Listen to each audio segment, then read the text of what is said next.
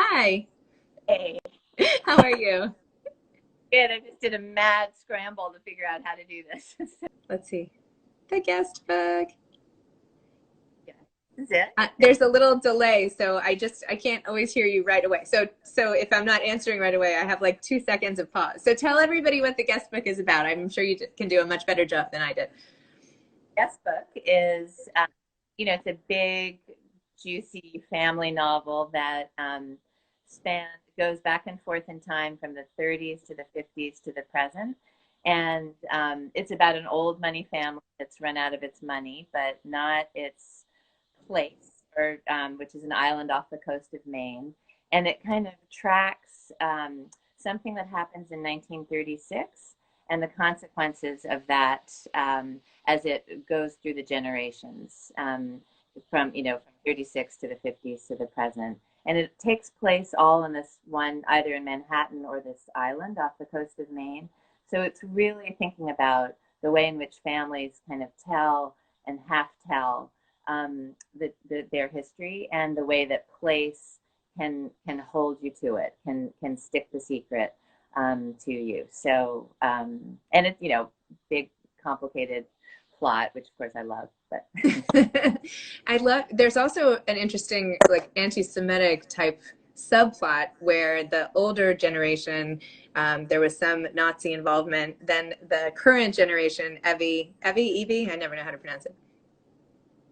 Yeah, it doesn't matter. It's in fiction. Okay, so let's say Evie ends up marrying someone Jewish, and so they have to sort of paw through the history and figure things out. And she has photographs that lead her to uncover things and things like that. How did you decide on this plot? Not just that aspect, but how do you craft these intricate family sagas? I'm like, it's so good and juicy and amazing, like you said. So how do you do it?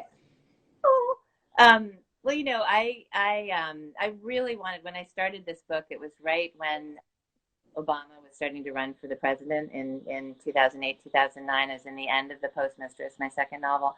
I really wanted to think about the way he had said, Obama had said, the past isn't dead in this country, it isn't even past. He was invoking Faulkner's words, and he was thinking about that in terms of what his race was going to do, like that the conversation about race and our collective past as a country was going to be on the surface.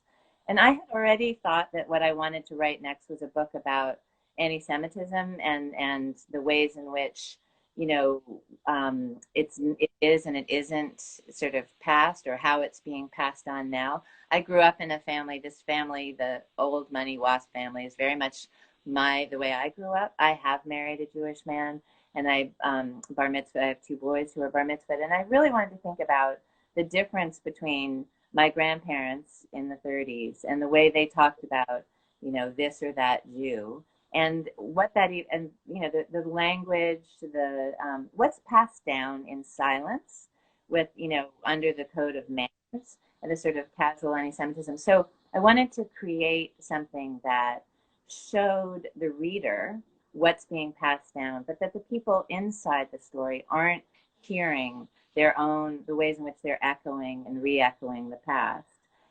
Because I wanted to think about this country and the way in which our collective memory, like how is it, and especially now, here we are, past that, and I mean past that moment where we had Obama's presidency, like just what comes up, on the surface, um, and how how a novel might show that kind of both the hidden and so it took 8 years. So in answer to like how do you do that? I don't know. It took a long time, but that was what I was trying. Do you like do you have but structurally, visually, do you have to do something? Do you have like piles of things? Is it all in your head? I'm like so fascinated with how, oh my gosh, okay. My next novel, and um, it's a spy novel, and so I mean, I do love plot, um, but so that basically every novel starts with a character doing something, and I am trying to figure out, well, what what are they doing, why are they doing that, and then it you know the guest book really went like an octopus. I thought I was just going to be doing these two generations, the 50s and the present, with this Jewish WASP love story at the center that's hidden, but gets revealed. But then I realized that the more I was trying to understand the 50s, everything kept sending me back to the 30s and to that generation. So I started to realize that I needed to weave that in too. And the I tried to sort of the architecture of like, what do you do when you're creating layers like that? Like I didn't start in the 30s, go to the 50s, and go to the present. Um, but I had to write it like that. I mean, the way I wrote it and then how I structured it were sort of at odds oftentimes because I needed to have it um, build rather than just sort of, it wasn't a clear story. It never is. The past is always returning in the most unexpected ways. And it was like that. It was like the past was going to haunt the structure of the present rather than just be the backstory. So, does that make I sense? was, yeah, that totally makes sense. I was also wondering because there is a tragedy that befalls the family, the family early on, and I wanted to know if there was some sort of, past event in your family that you couldn't work through or that affected your trajectory, or if you just thought that was a good device to put in the novel, or if it came from some sort of personal space. Um, and you're talking about what happened in the first chapter. Yeah. It didn't, nothing like that happened, thank, heavens. But it was all about trying to give Kitty, who is the matriarch of this family, very much the center of this whole, of all generations.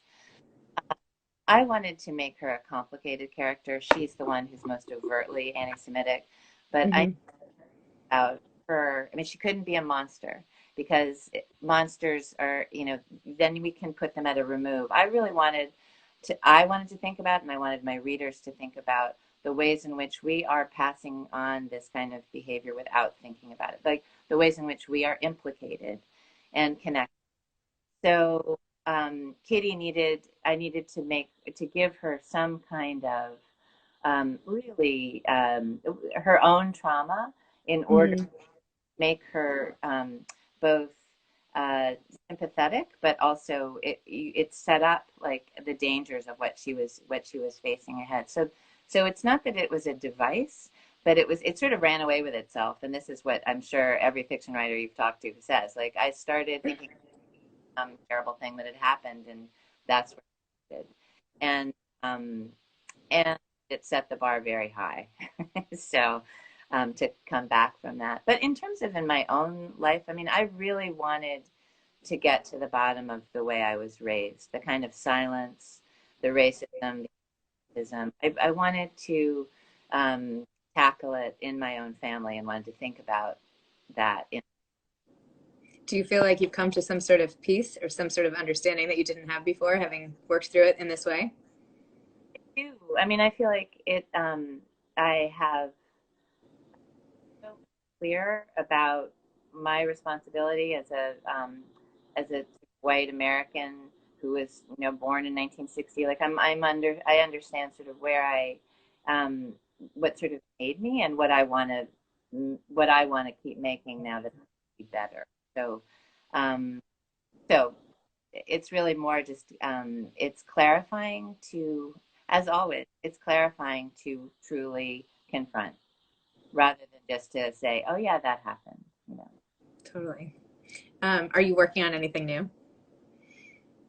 Crazy spy novel that centers around a cell of women in their 50s and their 80s who are this they are basically protecting a document that could overturn the United States. Wow. Something light? No, it's actually this document. I've been giving myself my own little graduate course in Reconstruction and those periods right after the Civil War. So it's a document uh, from 1865 that actually could explode the structure that we're in right now. Wow. Gosh. Well, in 8 years, I'll interview you again and we can talk about it. My big challenge, 2 years. Okay. Well, thank you so much for coming on today. It was really lovely chatting with you. Thank you, Zibby, so much. Okay. Bye.